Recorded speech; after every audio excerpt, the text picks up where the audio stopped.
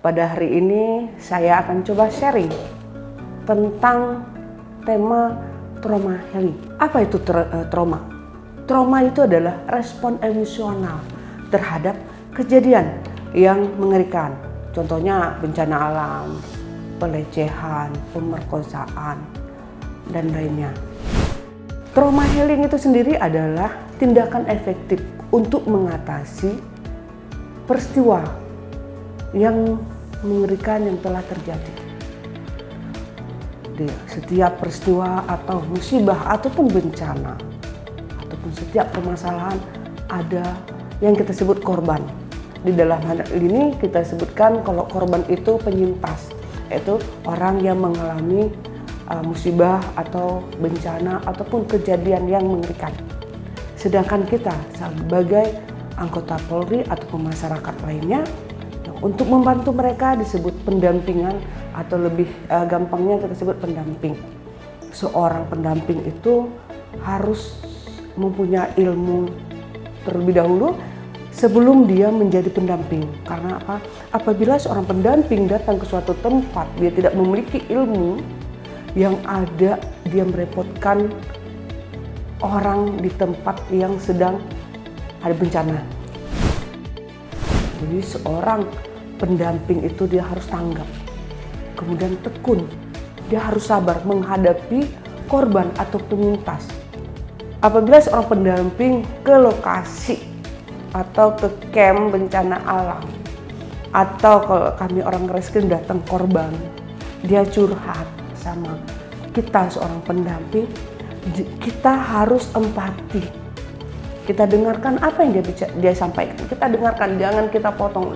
Lebih banyak kita seorang pendamping itu mendengarkan. Kita dengarkan terus, tapi jangan kita yang simpati. Karena kalau kita simpati, kita akan membenarkan apa yang dia katakan.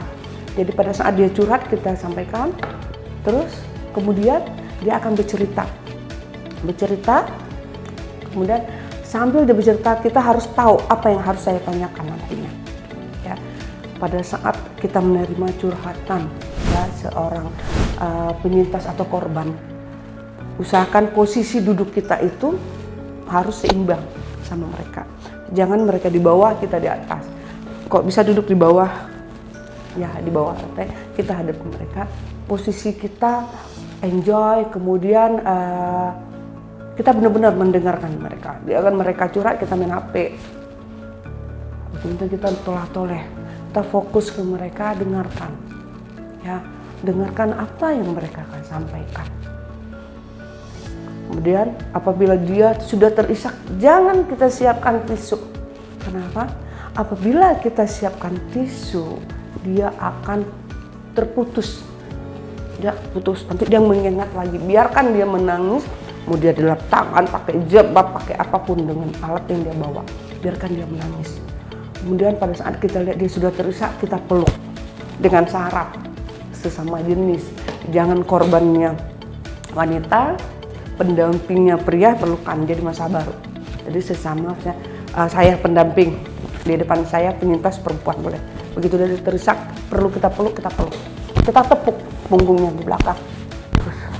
Terus biarkan baju kita basah. Yang penting dia bisa mencurahkan apa yang ingin dia sampaikan. Kita tepuk terus. Jangan kita genggam pelukannya dia, kita lepaskan, jangan. Biarkan sampai dia merasa nyaman, semua unek-uneknya sudah disampaikan ke kita. Begitu dia sudah nyaman, sudah selesai, tidak tahu dia apa yang ingin disampaikan, dia baru akan melepaskan. Insya Allah, mudah-mudahan tip itu bisa dilaksanakan ya. Kalau itu kita sebut dengan teknik naratif ekspor terapi ya. Yaitu dia cerita lengkap ya, yang sampaikan tadi itu adalah terapi dengan cara naratif ekspor terapi. Dia menceritakan cerita lengkap. Kemudian ada teknik satu lagi yang sering saya gunakan, itu journaling. Dia pengapresiannya itu untuk korban itu atau penyintas itu, kita kasihkan kertas. Kita kasih kertas, kasih alat tulis dia.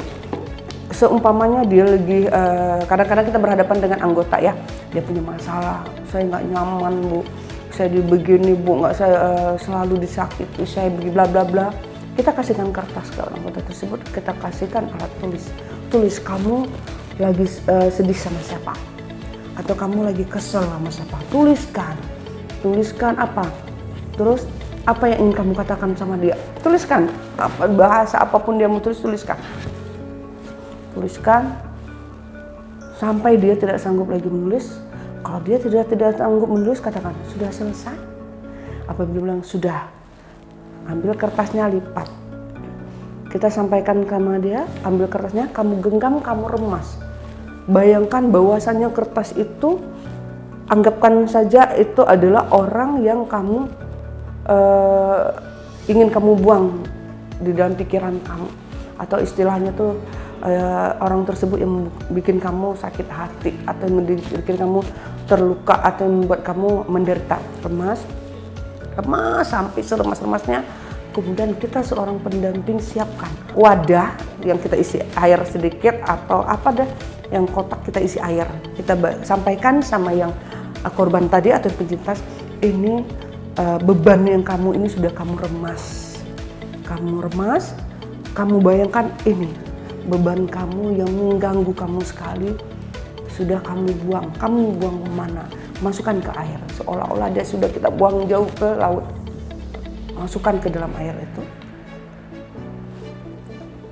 Bayangkan bahwasannya beban seseorang atau permasalahan yang membuat kita trauma sudah kita buang jauh-jauh ke dalam wadah kita isi air.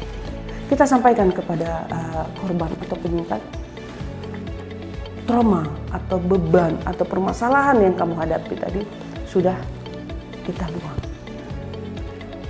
Insya Allah dia agak plong, memang tidak langsung tidak langsung sekali itu enggak. Tapi beberapa kali saya praktekkan dengan teknik naratif ekspor terapi, sudah adalah beberapa orang yang berhasil. Kemudian kok journaling saya juga pernah mencoba, saya sebel, saya nulis, saya buang ya, atau kadang saya tulis, saya simpen, nanti suatu saat saya baca, saya tertawa. Tapi kalau saya simpan, nanti kan kalau dibaca sama orang lain tidak enak, jadi kita remas.